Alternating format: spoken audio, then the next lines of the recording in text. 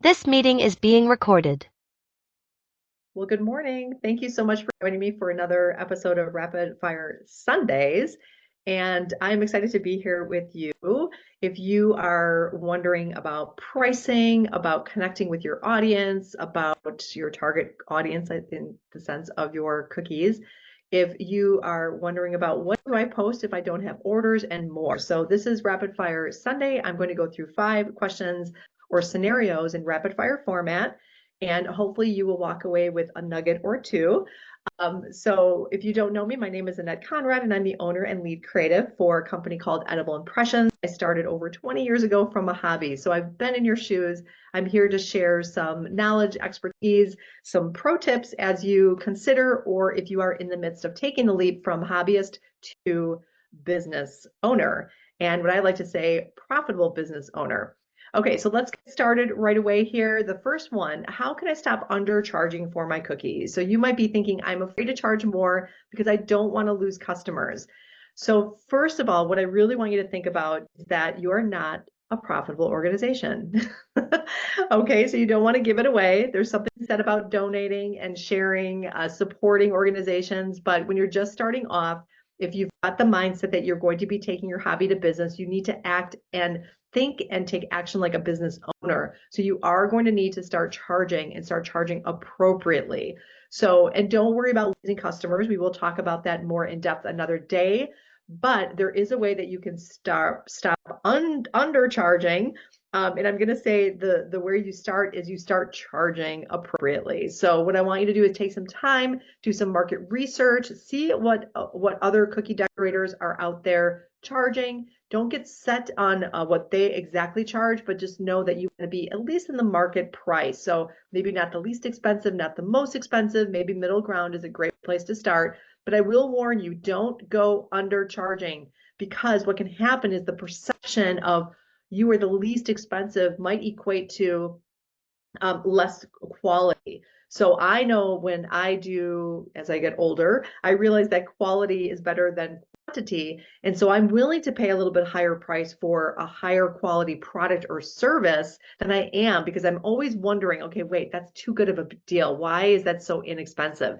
People will think the same thing for your decorated cookies. So just keep that in mind. But a great way to start to determine what you should be pricing, and I know this is very loaded question, but calculate what your costs are. Okay, very, very important to know what is it costing me to be able then to know what I should be charging. But don't forget about that percentage of profit too. Okay.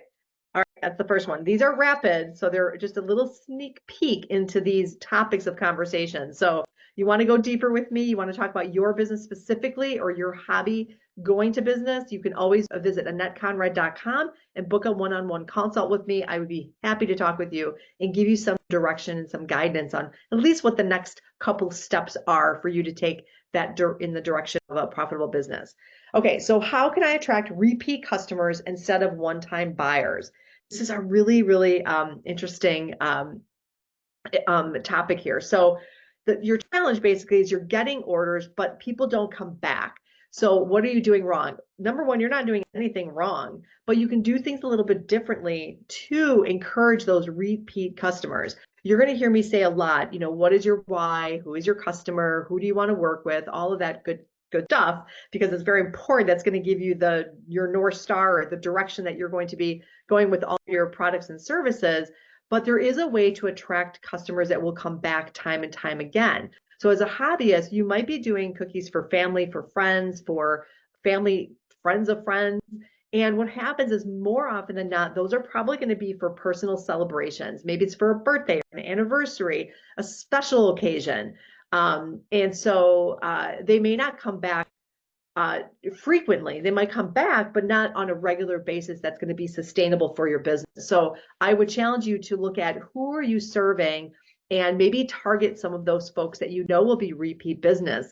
I always recommend having at least a good percentage of your business being on the corporate side, so that you're working B2B, business to business, because a couple things, they have the budget.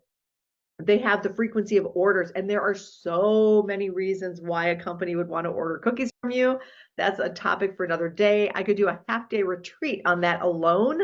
So, like I said, a lot of it has to do with who's ordering from you. So you do have the control of that to be able to have more of that steady income and less effort on always finding new customers. And that's another thing.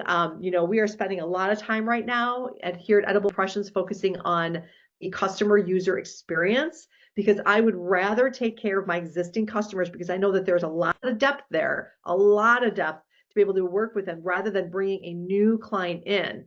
So, stay in touch with your folks too once they've ordered, to bring them back, if anything, to get that referral from someone else in their network. So there are many, many things you can do. So don't worry about, that you're doing anything wrong. You're not. But you can, as the CEO of your company, control a little bit about how you can get more repeat business. Okay, so the next one is, I don't know what to post because I feel the pressure of, I always have to post what I just made. Please don't go down this rabbit hole. Please don't make orders or design cookies just to design them. To me, I'm going to say it, it's wasting time. So if you're spending a lot of time on designing, which could be potentially an order down the road, again, sometimes I get on a tangent, but I just want to say, stop doing that. Okay, if you're a business owner now, you're taking the leap, you should be spending less time, I know that sounds crazy, less time on designing cookies and more time spent on who your audience is going to be and what your offerings are. Those designs can come later. Let's just focus you on getting orders in the door. So, but staying focused on the question. What should I post on social media if I don't have orders to show? Oh my gosh, there's so many things that you can post. Especially as a new business owner, I would really encourage you to show those behind the scenes, a little bit about, the reason why you decided to take your hobby to a business. Make sure your family and friends know what you're doing. They want to support you, and the people in your community are going to want to support a new business owner. So it is an endless well of what you could be posting if you don't have a cookie order per se to post. And the other thing is, engage with your audience. So if you don't want to go down, sharing your behind the scenes, maybe you're not quite ready for that, just simply ask questions. And this is a great way to figure out who you want to work with. So find out what some of the problems and the challenges are of your potential audience. And it sounds funny because people are just like, wait, cookies, can they really solve problems? 100% they can, okay? 100%. So when I talk with my experiential companies and they're ordering cookies for trade shows, we are solving a huge problem for them, for these clients, because there's so much competition. These trade shows are gigantic. Sometimes these trade shows have 300 or more booths, and these people are walking by thousands and thousands of people. And I've been there. I've been to so many conferences, and I know that I will walk right by a booth if it's not interesting, exciting, or something doesn't catch my eye. Well, you can bet if they saw beautifully designed cookies that were very, popping with the logo, or they had a QR code, or they were, elevated, or they were giving out free samples, you're going to stop, because you're also, hungry when you're walking through a trade show, but you're also kind of intrigued on, okay, I'll spend some time with you. So anyway, not to get too much off on a tangent, but I wanted to mention that as well. Okay, so number 4, what is the easiest way to speed up my decorating progress? So you might be feeling like, I take forever. I am so slow at decorating cookies. 1 cookie, 2 cookies, a dozen cookies can take me up to an hour or sometimes 3 hours. Okay, so this is where you see me do this a lot, but you're going to be taking off your hobby hat and you're going to be putting on your business hat. So now this is where you need to start making some decisions about, am I a hobbyist or am I a business owner? So what I'm saying here, you can't be everything to everybody. You don't want to be everything to everybody, especially in business. You are going to drown yourself and potentially your team if you start to get super busy and you are running a mile a minute and trying to accommodate all the different things. So the way that you can speed up your decorating process is actually to let go. Yes, let go. Don't be everything to everybody. Don't do every decorating technique that's out there, and really narrow down to maybe 2, maybe 3 of your best sellers. If you don't know what your best sellers are yet, that's okay. Start with 1 thing, start with a second thing. At the end of the month, at the end of the quarter, see which one sold more. Stick with the one that sold more. Why reinvent the wheel? If something's working, follow that, double down on it. I can give you a good example. I did paint your own cookies because everybody else was doing paint your own cookies. This is a number of years ago. And I will do paint your own cookies. I don't have them publicly on my website, but if someone calls me and asks me, hey, could you make paint your own cookies? Love to, but I have parameters. I have parameters where I will only do a minimum of 100 paint your own cookies. Otherwise, it's not worth my time. It distracts me. It takes me off the rails on, again, operational efficiency. Let go of some of those things and you will get faster. Okay. So much more I could talk about on that topic, but this is Rapid Fire Friday or Sunday. Sorry. I did these on Fridays for so long. I got to get into the Rapid Fire Sundays. Okay. So if you're just tuning in, again, my name is Annette Conrad. I love all things cookie decorating and business. So if you are at the point where you are thinking you have something, people are asking you constantly for your cookies. And that's what happened to me when I was working my full-time job.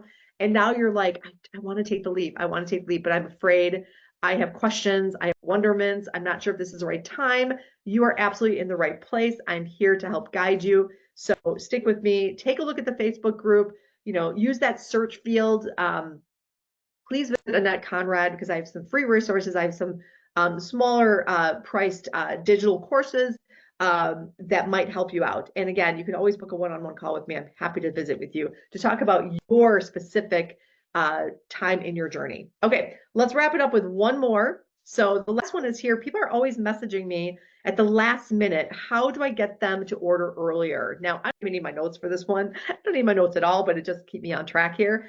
But I was so guilty of this in the sense of I let people just call me, text me, leave me a voicemail, calling me, on the weekends and things like that. So where I'm going is that you've got to set some boundaries and not let your target audience, your customers, take advantage of your availability or not your availability. So where I'm going is that what you want to do is now that you're the CEO of your business, you get to set the boundaries. So now at the beginning, you might want to take on those last minute orders. You might want to say yes to everything, but please know if you say yes to something, you're going to be saying no to something else. It's a big life lesson that I learned.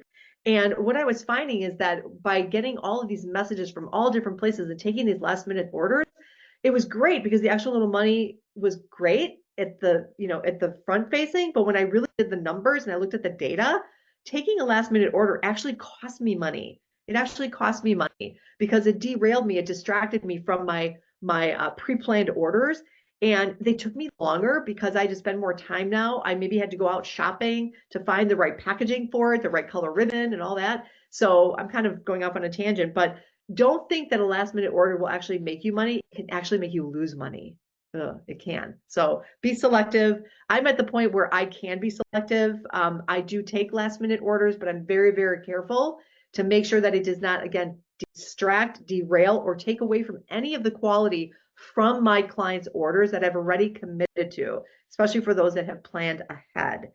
And don't be shy. One last thing, as we're always talking about profit and pricing throughout all of these rapid fire Sundays, is make sure you charge accordingly. So if you are going to be having to go out of your way, it's okay to charge a higher price for that. Okay. So keep that in mind. All right. I think that's going to wrap it up for this episode of Rapid Fire Sunday. So thank you so much for joining me. I will post this to the Facebook community and also via the website eventually. It is on my list. So we'll get there. All right. Thanks, everybody. I hope you have a great week ahead. Bye-bye.